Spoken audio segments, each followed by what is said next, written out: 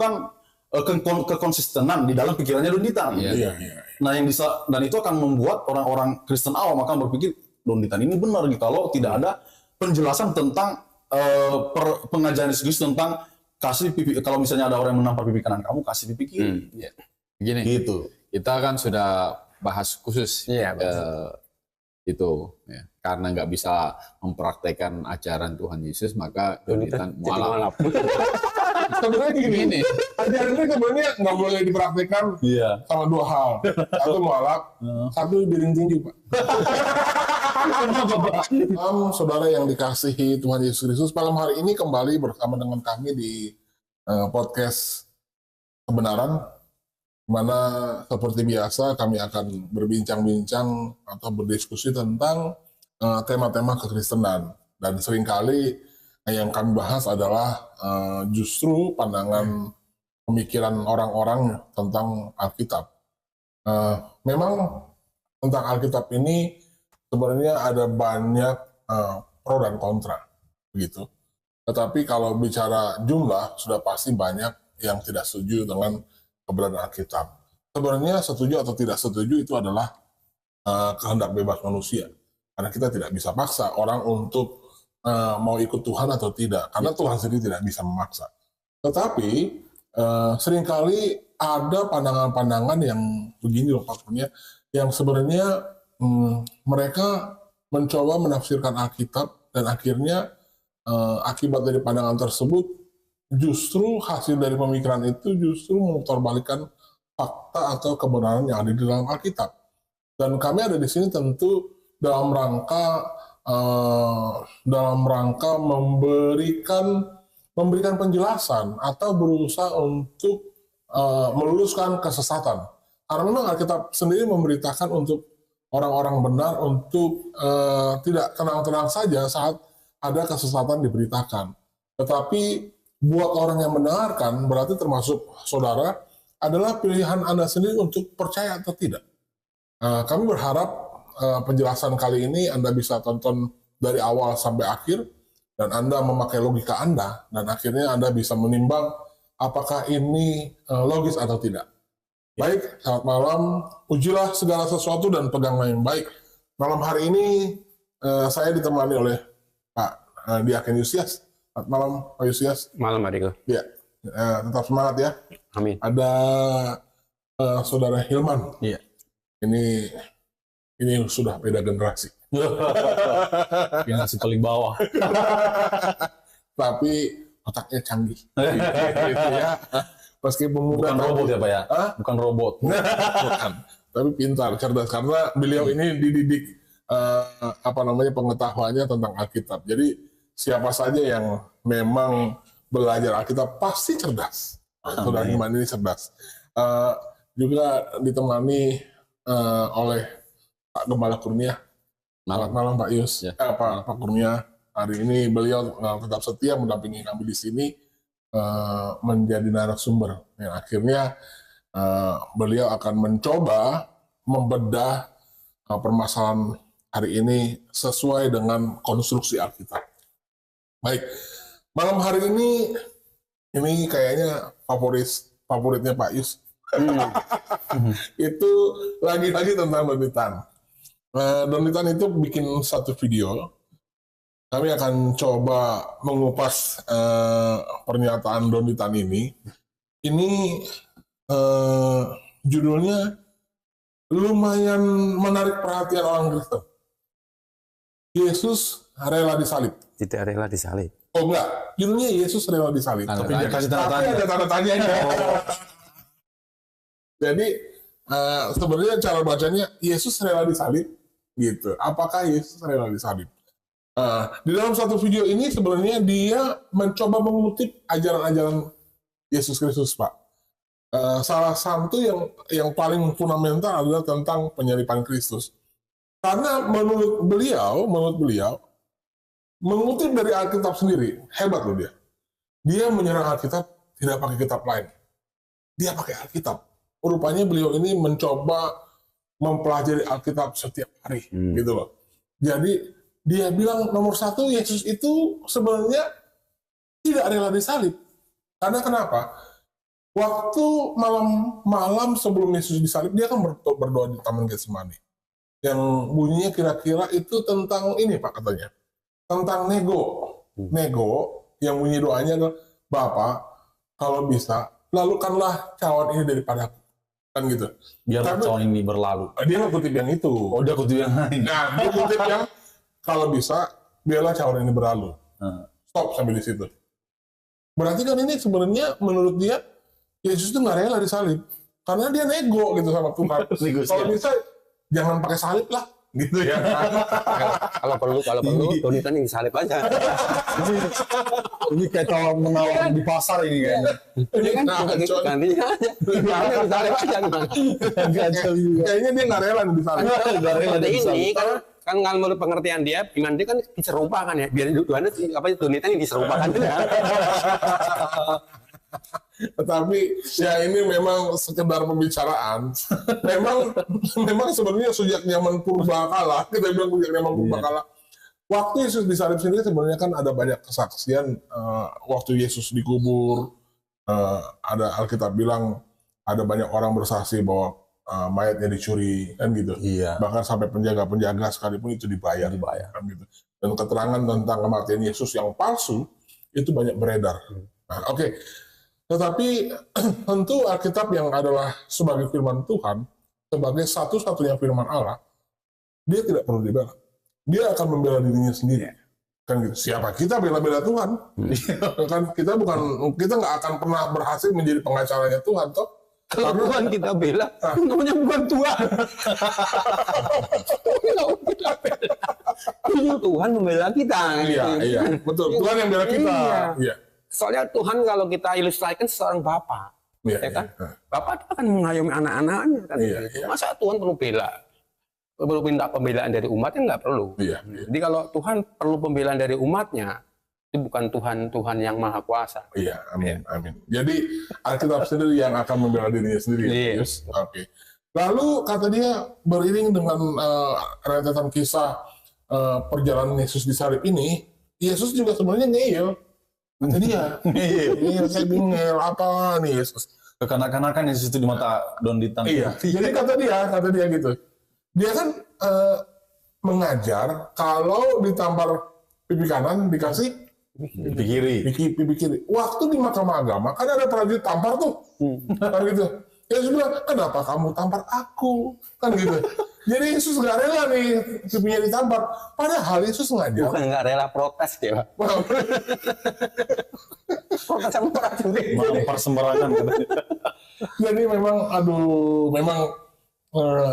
begini loh Pak. Kalau banyak orang yang akhirnya percaya kepada pemberitaan Donitan, sebenarnya menurut saya sebenarnya orang tidak harus langsung percaya. Dia kan bisa cek di Alkitab bagaimana tentang penyaliban Yesus Kristus. Tetapi malam hari ini saya ingin Pak Kurnia memberikan penjelasan secara jelas bagaimana kejadian rentetan peristiwa penyaliban Yesus Kristus. Apakah benar-benar Yesus itu rela disalib? Gitu loh. Artinya gini loh Pak, sebenarnya kan Alkitab mencatat nggak ada dosa gitu.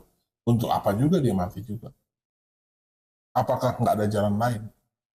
Ya. Benarkah Yesus itu mau menyelamatkan umatnya, kok mesti repot-repot juga sampai mati di kayu salib? Kalau dia repot menyelamatkan umatnya dengan cara disalib, berarti kan dia kurang maha kuasa juga, gitu loh. Apakah harus Tuhan turun tangan langsung menyelesaikan dosa-dosa manusia sehingga hanya dengan cara itu saja manusia bisa selamat? Baik, silakan akunnya saya berikan ruang dan waktu untuk menjelaskan permasalahan. Ya, salah satu ayat yang dianggap Tuhan Yesus tidak rela disalib, itu kan dia kutip di Lukas 22 itu, ayat 36. Jawab mereka, suatu pun tidak, katanya kepada mereka. Tetapi sekarang ini, siapa yang mempunyai pundi-pundi, hendaklah yang membawanya. Demikian juga yang mempunyai bekal. Dan siapa yang tidak mempunyainya, hendaklah yang menjual jubahnya dan membeli pedang. Ya, jadi berhenti di situ. Jadi kalau membaca Alkitab berhenti, gitu, nggak secara keseluruhan, tidak lihat konteksnya, langsung dia ngomong, kan nggak rela disalib. Karena suruh murid-muridnya beli pedang. Beli pedang gitu. Suruh beli pedang. Jadi ini suatu beli pedang untuk perlawanan, Pak. Ya? Perlawanan diasumsikan oleh Donnitan, kan gitu. Udah kira nanti perang ini, harus perang. Begitu. Jadi dari kalau baca Alkitab titik begitu kan, kemudian dia tarik kesimpulan sendiri begitu, ya bisa macam-macam. Jadi bisa disimpulkan jadinya, bahkan lu tuh siap-siap beli pedang. Kalau siap-siap beli pedang kan berarti mau bela diri, gitu. Mau jaga-jaga supaya kalau ada yang datang dikeluarin pedangnya, gitu. Kalau murid-muridnya itu ada 11 kan, berarti paling nggak ada 11 pedang, gitu. Nah, tetapi baca Alkitab itu tidak boleh berhenti begitu. Nah, sebenarnya ayat ini tidak mengartikan memang Tuhan Yesus tidak rela atau mau melawan. Nah, coba dibaca nih ayat 37-nya. Sebab aku berkata kepada kamu bahwa nas kitab suci ini harus digenapi padaku. Nas kitab suci harus digenapi padaku. Yesus Kristus adalah Mesias. Iya. Segala sesuatu tentang Mesias yang tertulis di dalam kitab Nabi, ya kan? Nabium, Ketorat, Torat, Nabium, Ketubim, itu harus digenapi. Semua yang tertulis tentang aku digenapi. Nah, di sini nats kitab suci yang dimaksud oleh yang dikutip Tuhan Yesus ini adalah di dalam Yesaya yang bunyinya ia akan terhitung di antara pemberontak-pemberontak. Ya, ini dimaksud Mesias, Pak ya. Iya. Yesus Kristus berarti ya. Ya, Mesias ini kan bicara Yesaya. Iya. Nah, kalau kita baca Yesaya pasal 53, jadi kenapa Tuhan Yesus nyuruh beli pedang? Karena memang ada sudah dinubuatkan dulu dan ini harus digenapkan, gitu. Yesaya 53 ayat 12. Sebab itu aku akan membagikan kepadanya orang-orang besar sebagai rampasan, dan ia akan memperoleh orang-orang kuat sebagai jarahan. Yaitu sebagai ganti karena ia telah menyerahkan nyawanya ke dalam maut, dan karena ia terhitung di antara pemberontak-pemberontak, sekalipun ia menanggung dosa banyak orang dan berdoa untuk pemberontak-pemberontak. Dan karena ia terhitung di antara apa? Pemberontak. Berarti dia seperti anggapan, maksudnya dia seperti pemberontak. Ya, di antara pemberontak-pemberontak itu. Jadi dianggap Mesias itu akan dianggap orang dia pemberontak. Gitu. Oke. Makanya perlu pedang itu, Pak ya. Makanya Tuhan Yesus kamu beli pedang kan gitu supaya menggenapkan ayat ini dianggap kelompok Tuhan Yesus dianggap orang luar itu komplotan pemberontak. Kan gitu. Jadi bukan maksudnya Tuhan Yesus untuk nanti melawan prajurit-prajurit Mahkamah Agama atau melawan prajurit-prajurit Roma, tidak begitu. Nah, kemudian lanjutkan di Lukas tadi, ya 37. Ia akan terhitung di antara pemberontak-pemberontak. Sebab apa yang tertulis tentang aku sedang digenapi. Nah, sedang digenapi 38. Kata mereka, Tuhan, ini 2 pedang, jawabnya sudah cukup. Jadi suruh berapa pedang akhirnya? Cuma bawa 2. Gitu. Padahal muridnya 12, Pak. Padahal muridnya ada 11. Yudas kan udah pergi. Oh iya, Yudas pergi. Jadi Tuhan cukup bawa 2. Akhirnya cuma bawa 2 itu. Nah, nanti pedang ini dipakai untuk apa ini? Gitu kan? Iya, tujuannya. Tujuannya untuk apa nih? Ya, rupanya ya nanti kita membaca bandingkan kitab Injil yang lain itu pedang ini yang pegang salah satunya yang megang ini kan 2 pedang. Iya.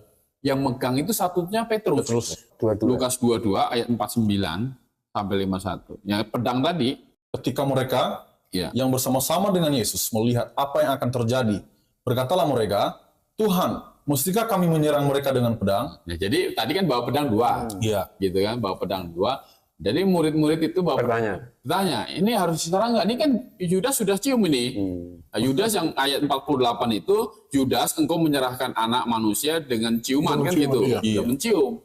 Nah, muridnya berkata, gimana nih murid kita serang nggak nih? Kan gitu. Nah, lanjutkan. Nah, dan seorang dari mereka menyerang hamba imam besar sehingga putus telinga kanannya. Tapi Yesus berkata, sudahlah itu. Lalu ia menjamah telinga orang itu dan menyembuhkannya. Iya. Jadi kalau tujuan pedang itu untuk melawan atau tidak rela disalib, ini kan kesempatan ini nggak usah disambung aja telinga hamba ini kan gitu. Biar berlangsung aja ininya gitu ya, kan. Biar berlangsungnya nggak usah Tuhan Yesus, sudahlah kan gitu.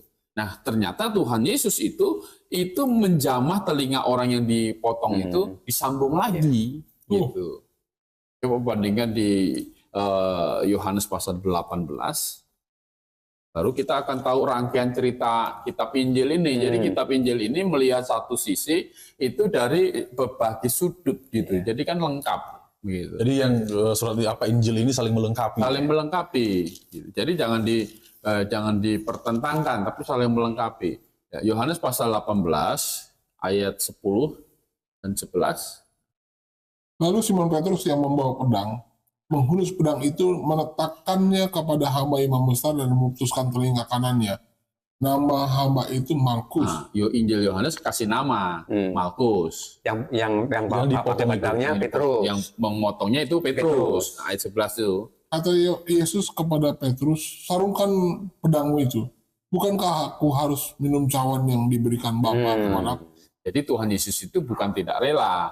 Yesus sendiri bilang, bukankah aku harus minum cawan yang diberikan Bapa kepadaku. Berarti perkataan si Donitan Nego itu ya, suruh bacain ini Donitan ini.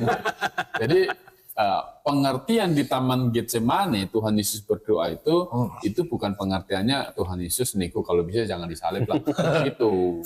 Atau saya nggak mau disalib lah, cari yang lain aja, nggak begitu. Kita bandingkan juga peristiwa ini di Matius 26 ayat 52 sampai 56. Maka kata Yesus kepadanya, masukkan pedang itu kembali ke dalam sarungnya, sebab barang siapa menggunakan pedang akan binasa oleh pedang. Nah, ini berarti bicara sama Petrus kan? Petrus tadi yang hunus pedang. Terus? Atau kau sangka bahwa aku tidak dapat berseru kepada Bapakku supaya ia segera mengirim lebih dari 12 pasukan malaikat membantu aku? Nah, ayat 54. Jika begitu, bagaimanakah akan digenapi yang tertulis dalam kitab suci yang mengatakan bahwa harus terjadi demikian? Ya, jadi Tuhan Yesus bilang kepada Petrus itu, kamu sangka aku tidak dapat berseru kepada Bapakku supaya ia mengirim lebih dari 12 pasukan malaikat. Kan begitu. Nggak usah 12, dikirim satu aja berantakan mereka kan. Gitu. Apalagi 12 pasukan. Apalagi 12 pasukan. Lebih 12 pasukan Tuhan Yesus bisa panggil. Gitu. Nah, cuma itu tidak dilakukan. Ya. Itu kan sebenarnya membuktikan bahwa kerelaan dari Tuhan Yesus untuk meminum cawan itu. Kan seperti itu. Nah, karena dia harus mengalami hal itu. Harus mengalami itu. Lalu kalau dibilang begini, kok di pengadilan itu dia bantah-bantah? Kan gitu. Ditampar kok bantah-bantah. Sebenarnya kan dia gini. Yang dimaksud itu dia ditampar itu dia waktu itu di hadapan Hanas.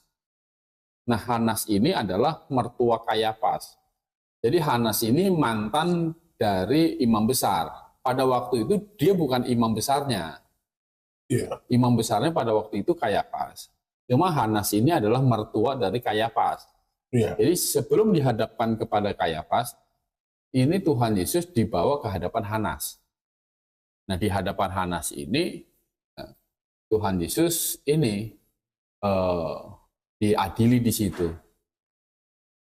Tuhan Yesus di situ bilang begini, salahku apa? Aku setiap hari mengajar di bait suci. Nah, itu langsung digampar. Gitu sama prajurit itu kan begitu ngomong sama imam besar gitu, padahal itu juga bukan imam besar itu udah mantan kan gitu. Bukan mantan imam besar itu, jangan ngomong begitu. Tuhan Yesus baru ngomong, apa salahku kan begitu. Dia juga bukan digambarkan ngeyel kayak si Donitan ngeyel bantah-bantah, nggak begitu. Jadi itu tidak ada penggambaran di situ bahwa Tuhan Yesus tidak rela untuk disalibkan seperti itu. Nggak ada cerita begitu. Nah, Pak, tapi kalau misalnya gini, saya tahu bahwa yang dikutip oleh Donitan itu adalah yang Matius 26 ayat 39. Seolah-olah seperti itu, seolah-olah itu seperti Yesus Kristus itu nggak rela gitu. Misalnya Matius 26 ayat 39. Maka ia maju sedikit lalu sujud dan berdoa katanya, "Ya Bapakku," Oh, di doanya ya ini. dia di doanya ini, "jikalau sekiranya mungkin, biarlah cawan ini lalu daripada aku." Nah mungkin si Don Ditan ini menyalahpahami bahwa Yesus Kristus itu nggak rela, menolak, sedang negosiasi sama Tuhan gitu. Tetapi janganlah seperti yang kau kehendaki. Nah kalau di Matius 26 ayat 42-nya, dia pergi lagi 2 kali. Jadi hitungannya kalau 1 kali cukup, nah kenapa dia harus datang lagi? Kalau itu bukan negosiasi. Mungkin kalau saya pahami dari alur pikirannya si Don Ditan. Misalnya di Matius 26 ayat 42. Lalu ia pergi untuk kedua kalinya dan berdoa katanya, "Ya Bapakku, jikalau cawan ini tidak mungkin lalu." Jadi dia mungkin stop sampai di situ. Dan menafsirkan bahwa ini Yesus Kristus lagi negosiasi. Dia datang pertama kali, baru dia datang lagi. Ya harusnya kalau misalnya dia rela, harusnya dia nggak seperti itu. Dia nggak usah ulang-ulang gitu. Itu apa versi di pemikiran Don Ditan. Iya. Nah, gimana cara kita menanggapi seperti itu? Iya, tapi memang kalau kita baca kalimat ini, memang kesannya seperti Yesus itu berharap tidak terjadi gitu. Tidak terjadi. Iya. Seolah-olah gitu. Iya, seolah-olah. Kalau kita baca setengah-setengah gitu. Ya, kalau setengah-tengah, ya kan sepenggal-penggal begitu, jadinya Tuhan Yesus tidak rela. Kan seperti itu. Nah, jadi peristiwa di Taman Getsemani ini adalah terjadi sebelum penangkapan. Ya. Jadi ini terjadi sebelum penangkapan. Jadi Tuhan Yesus berdoa dulu di Taman Getsemani ini dengan 3 orang muridnya diajak, dan 3-tiganya ini rupanya tidur terus, gitu kan. Jadi di dalam doa Tuhan Yesus ini mau ditegaskan begini, bahwa memang tidak ada cara lain. Gitu. Harusnya dipahami seperti itu, Pak. Betul. Tidak ada cara lain untuk menyelamatkan manusia. Manusia berdosa. Dosa manusia kan harus dijatuhi hukuman. Jadi penyaliban Tuhan itu tidak mungkin tidak terjadi. Maka kata Tuhan Yesus tadi kan waktu disuruh mereka beli pedang tadi, itu untuk menggenapkan apa yang sudah ditulis di dalam kitab Perjanjian Lama. Bahwa memang Mesias itu akan menyelamatkan dengan cara menanggung hukuman dosa semua manusia lewat apa? Mati di atas kayu salib. Begitu. Jadi itu harus digenapkan. Nah, ditegaskan di dalam doa Tuhan Yesus ini memang benar-benar tidak ada cara lain dan memang itu harus itu caranya. Jadi kalau ada manusia berpikir ada ide cara lain untuk menyelamatkan dia dari hukuman dosa selain lewat bertobat dan percaya kepada Tuhan Yesus, itu adalah sebenarnya Tuhan Yesus lewat cerita ini membantah itu semua. Gitu. Jadi kalau ada orang berpikir masuk surga lewat sembahyang, itu dibantah lewat ini. Kalau ada orang masuk surga berpikir lewat melakukan hukum Taurat, perbuatan, amal, ibadah, segala upacara-upacara keagamaan, ini dibantah ini oleh Tuhan Yesus. Menegaskan itu ya Pak. Ya, di dalam doanya ini. Jikalau mungkin, biarlah cawan ini berlalu. Jika ada cara lain selain lewat penyalibannya, penderitaannya, biarlah itu berlalu. Nah, apakah bukan itu kehendakku, tapi kehendakmu. Gitu. Tapi apakah apakah itu tidak masuk kepada logika Don Ditan tadi? Negosiasi. Nah, enggak. Penutupnya di ayat 45 harusnya. Sesudah itu ia datang kepada murid-muridnya dan berkata kepada mereka, "Tidurlah sekarang dan istirahatlah. Lihat, saatnya sudah tiba bahwa anak manusia diserahkan ke tangan orang-orang berdosa." Ya. Kemudian ayat 46, bangunlah.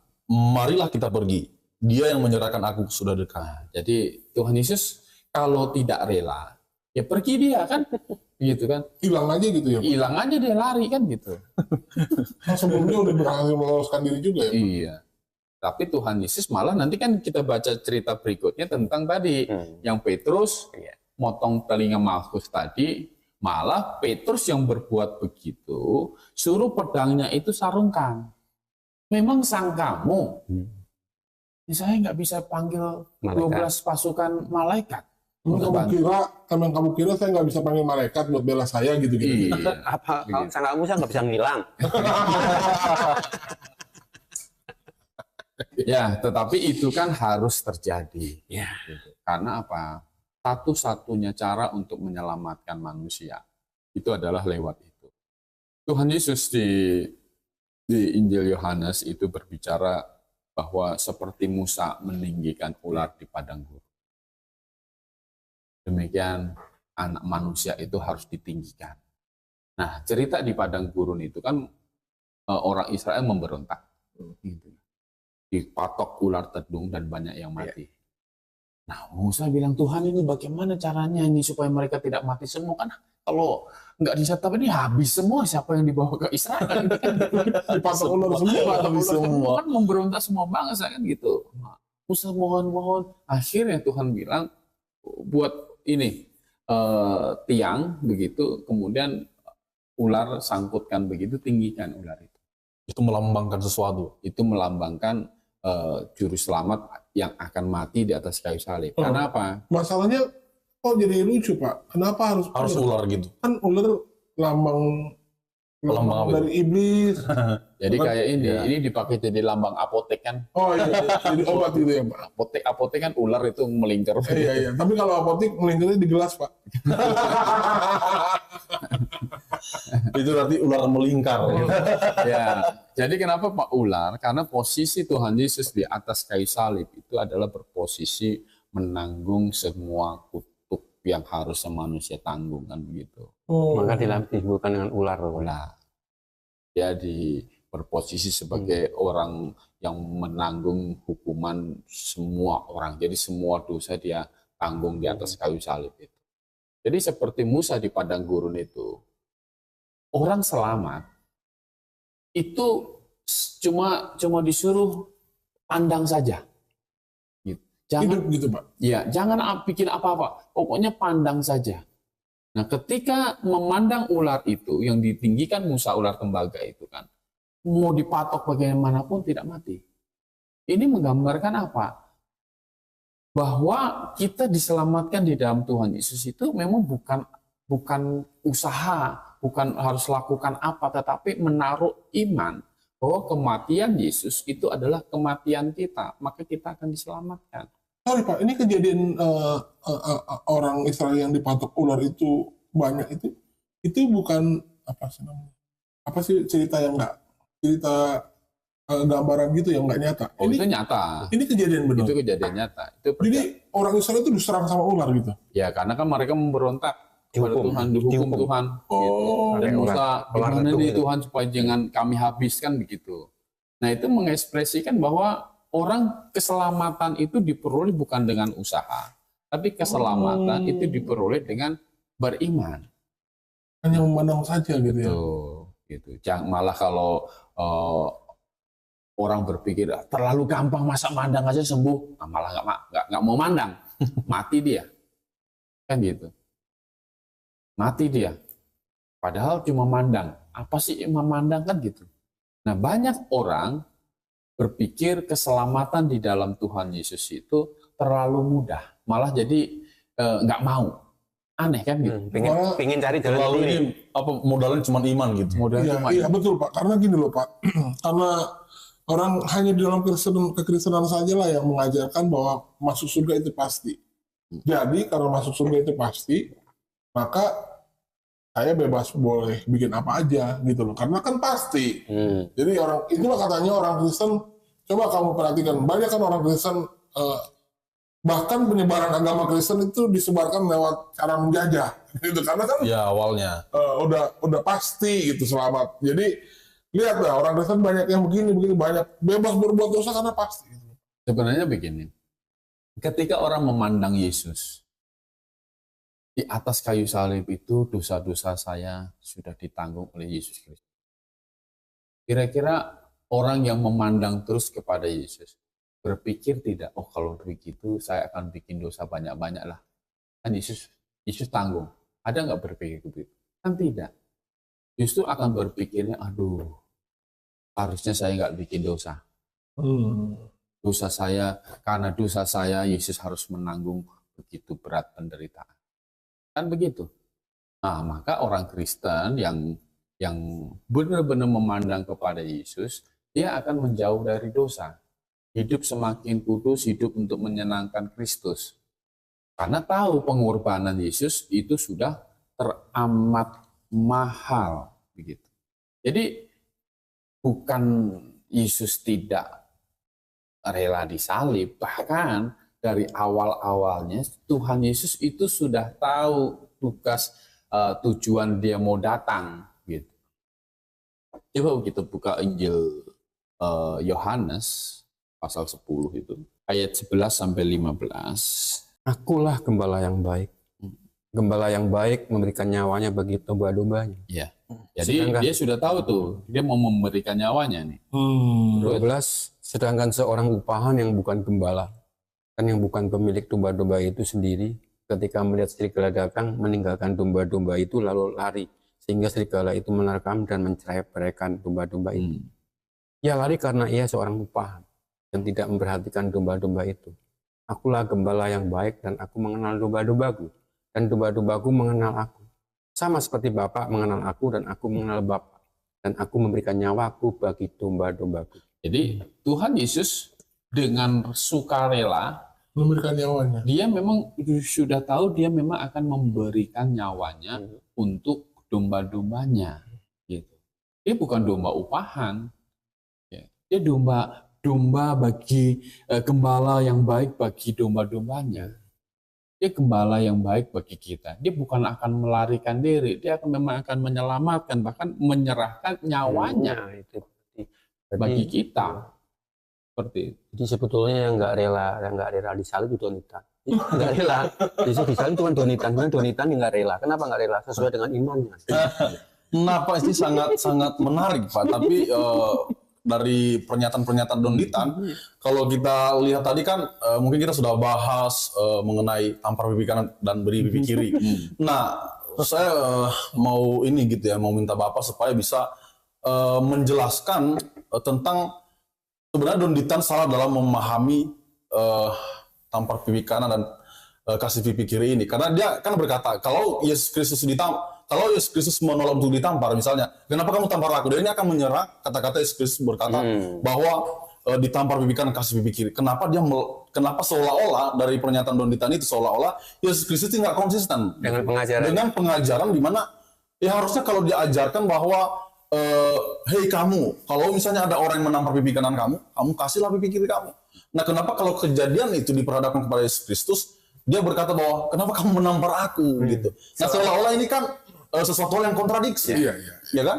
Nah, ini mungkin pemirsa yang dari rumah juga ingin penjelasan seperti itu supaya tidak salah paham mengenai pengajaran Yesus Kristus. Sebenarnya pengajaran yang pipi kanan ditampar terus kasih pipi kiri itu sepaket sama orang yang minta pakaian kasih sekalian jubahnya gitu loh. Nah kalau itu saya terusin, kalau ada yang malah kamu kasih sekalian dompet-dompetnya, itu kan boleh begitu. Ya. Kan gitu kan. Kalau ada orang mau colong motor kamu, sekalian kasih mobilnya. Kan, kan bisa begitu gitu. Nah kalau kita pahami, kalau misalnya ini kan bagi orang-orang yang berpikir kritis atas pengajaran itu. Nah ada banyak orang yang tidak mengerti tentang Alkitab, tapi dalam status dia adalah orang Kristen. Orang Kristen awal, dia akan terjerumus dan mudah percaya kalau dia tidak dijelaskan kenapa Yesus Kristus berkata demikian. Gini. Ini ada polemik juga di antara mereka yang menolak pengajaran begini. Bahkan Donitan sendiri berpikir bahwa sebenarnya apa yang dilakukan Yesus itu sangat baik, kan gitu. Beliau juga pernah bilang bahwa sebenarnya Donitan juga pernah berkata bahwa ini luar biasa baik. Saking baiknya Donitan nggak bisa ngelakuin. Makanya dia malap. Iya. yang bisa lakuin hanya Yesus. Tapi ternyata nggak bisa lakukan. Aduh kacau. Makanya saya bilang ini memang akhirnya mereka berbalik menyerang omongannya sendiri. Di video sebelumnya dia bilang yang bisa lakukan Yesus. Sekarang demi kepentingannya dia bilang Yesus juga menyangkal kan itu. Nah jadi kan yang kita lihat saat ini gini, karena mungkin ada orang berkata begini. Oh iya, kalau misalnya nonton videonya Donitan, ya kan? Iya benar juga kok Yesus Kristus ketika ditampar dia malah bilang kenapa kamu tampar saya. Nah, di lain sisi dia berkata bahwa kalau misalnya harusnya kan di pikiran orang Donita itu sebenarnya begini. Kalau misalnya Yesus Kristus sudah ditampar pipi kanannya, harusnya kasih pikir, bukan malah berkata bahwa kenapa kamu tampar saya. Ya kan? Itu kan menunjukkan kekonsistenan di dalam pikirannya Donita. Nah, dan itu akan membuat orang-orang Kristen awam akan berpikir Donita ini benar kalau tidak ada penjelasan tentang pengajaran Yesus Kristus tentang kasih pipi. Kalau misalnya ada orang yang menampar pipi kanan kamu, kasih pipi kiri. Begini, gitu. Kita kan sudah bahas khusus itu, ya. Karena nggak bisa mempraktekkan ajaran Tuhan Yesus, maka Donita mualaf. Sebenarnya gini, ajaran ini sebenarnya nggak boleh dipraktekkan sama dua.